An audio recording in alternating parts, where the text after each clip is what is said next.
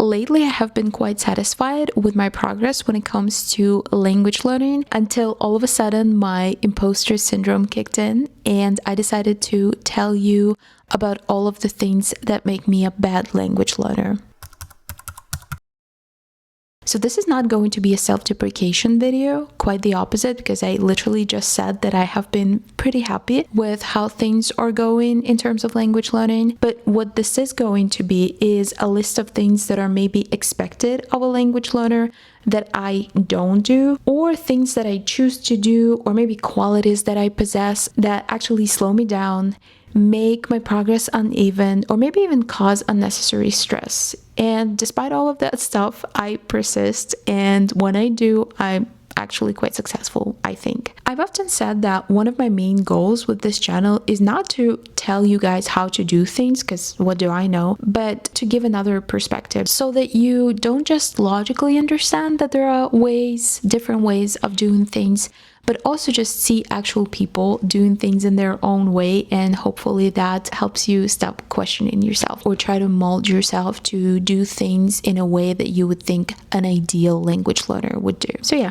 I guess with that being said, let's jump right in. So the first thing that I have that makes me a quote-unquote bad language learner is my social anxiety.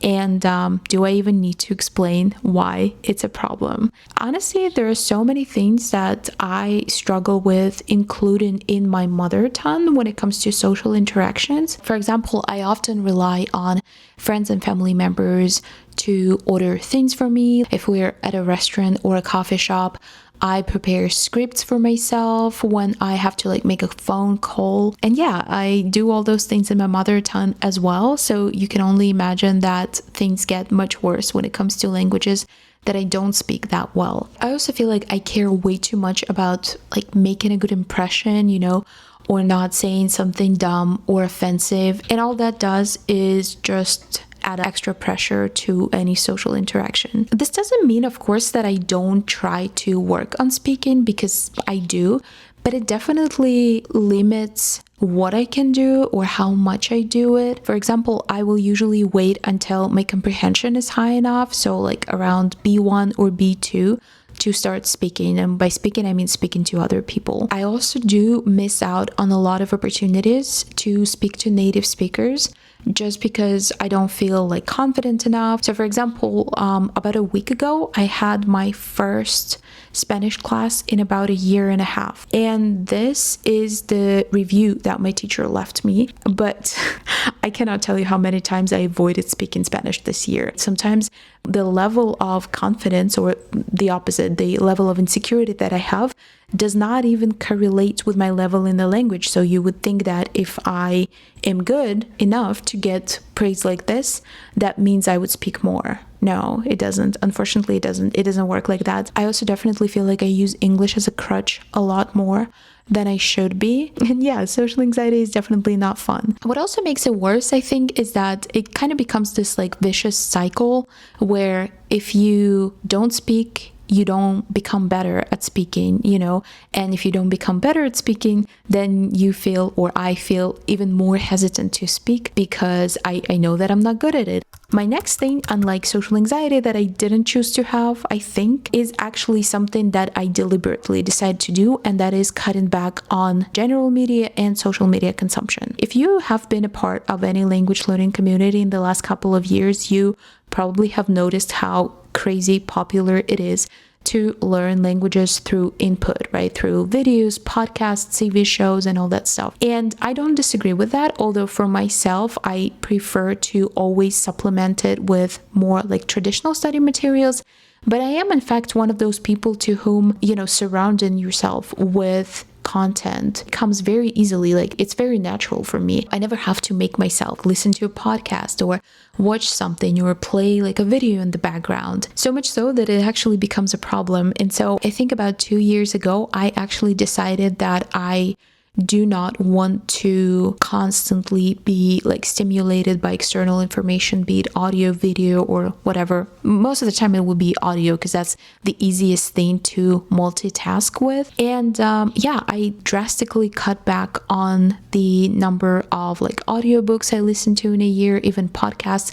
I used to listen to something like a video or a podcast pretty much like every single minute of my day, unless I was doing something where that was completely incompatible with listening. It's really weird for me to even imagine that right now, but as someone who works at my computer, someone who writes things like emails, blog posts, and other types of text, I literally used to listen to audiobooks and try to work at the same time. But like I said, it's kind of hard for me to imagine that right now, just because I really made an effort to not do that anymore. And even when I do things where it seems like I could play a podcast episode or something like that, like walk my dog, for example, I tried not to do it. So that was about 2 years ago. But last year, I also did a lot to stop using social media as much as I was using. And right now, for example, on my phone, I cannot access Reddit, YouTube, Substack, Pinterest, all of those websites where I would spend a lot of time. And honestly, a lot of the times, the information that I was consuming on those websites was in my target languages. And so I don't have that source of input anymore. And I am okay with it, because sometimes, like especially when I somehow manage to find like someone's Instagram profile and it seems like the way they speak is just so nice and I could learn so much. Like I could learn to speak more naturally compared to like podcast audio even. I could learn slang. I could learn so many useful phrases. And so I'll, let's say, deactivate my Instagram account. But then in a couple of days, I feel so overstimulated and I feel like, maybe it's okay for me to miss out on those things. If that also means that I'm going to be more focused, more emotionally stable, spending less money on stuff that's being advertised to me that I always feel tempted to get, but in reality do not need. So don't really regret that decision, but I do think it definitely has had an impact on my language skills, on how I learned. Because for example, one type of media that I used to consume a lot, like 10 years ago, even 8 years ago, I would watch so many TV shows. And when I was starting to learn Spanish, I wasn't even that serious about learning, but I watched so many shows. With Italian, however, it's kind of the opposite, because by the time I started learning Italian, I already tried to limit how much I watch in terms of TV shows. And with Italian, whenever I speak, I know that my pronunciation is like, it's not bad, but it's just like, I never feel like the way I speak is like natural, It always feels a little forced, like if not for the listener, then at least like on my part as a speaker, I feel like I'm like forcing it in a way. And with Spanish, I don't have that problem at all. So yeah, I do think it's a trade-off in a way, but honestly, I'm just choosing to keep my sanity and maybe speak Italian a little worse than I could. This one honestly pains and puzzles me so much, because given my affinity for stationery, it feels like note-taking should be something I would be good at, or at least really enjoy. And for me, honestly, it's neither. My main problem with taking notes is that I will take them and then I will never look at them again. And I also know that there are people who say that it's not necessarily like referring to their notes later, but the act of writing things down that they find helpful. And that is not the case for me, because whenever I write things down, a lot of the times I just kind of switch off my brain. So yeah, basically I will forget the things that I wrote down, and then I will never reference whatever it is that I wrote. Also, whenever I do need a refresher for information that I've already studied, my first instinct is always to go online and to look it up online. So I am much more likely to do that than remember that I have notes on this topic and like look for the notes. And yeah, it just never works for me. I would say that there is one exception, and that is my reading notes / commonplace book type of notebooks. And I was wondering, why is it that I very often go through those, but I never look back on my like grammar notes or vocabulary notes? And I think the answer is that for me, my reading notes or like quotes that I write down for books that I read, those types of things tend to have like sentimental value for me. When I go through them, it reminds me of the time when I was reading the book. It reminds me of like all the things that I felt, or maybe how I was struggling or not struggling with the language. It makes me proud and happy that I have read certain books. And like, I don't feel any of that when I go through my grammar notes, for example. So yeah, I think note taking when it comes to language learning is a practice that I've been trying to establish for years. And I have never been able to be consistent with it. And I have not been able to find something that actually works for me. I do have one thing that I kind of want to try doing this year. Honestly, I am not very hopeful, but I have been taking Italian classes pretty regularly for the last like 6 months, maybe even a little longer. And after every single class, my tutor sends me a list of words that I struggled with, or maybe words that she had to explain to me or just like teach me.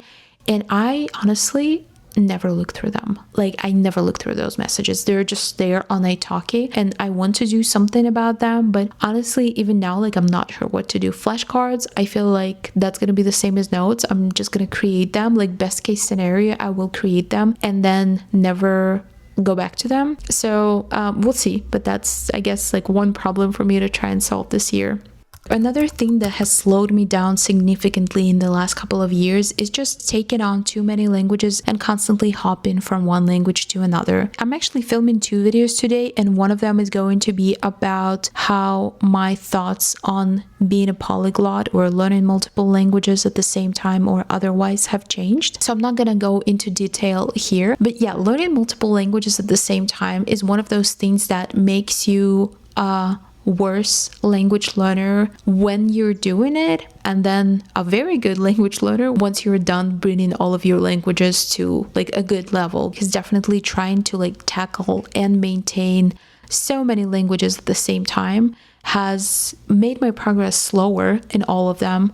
If I had persisted, I don't know how many years it would take me to bring like 7 or 6 languages to at least a B2 level. Well, probably less, because I already have a B2 in at least a couple. I don't know how long it would take me, but I would be an amazing language learner if I was able to do that. However, it does require a lot of time, a lot of energy, and can be pretty stressful sometimes. And so, yeah, I think that was definitely a thing that has held me back in the last couple of years, but hopefully things are getting better now, because I am trying to get better at prioritizing and impulse control and all those things. And then my last point is not focusing on speaking. I know I've already talked about my social anxiety, but I feel like this one is a little different, because it's just generally like I find it hard to imagine myself prioritizing anything other than reading and listening. I actually kind of find it quite logical, because I think for a lot of us, like, we don't travel as much to justify, especially if you're learning multiple languages, right?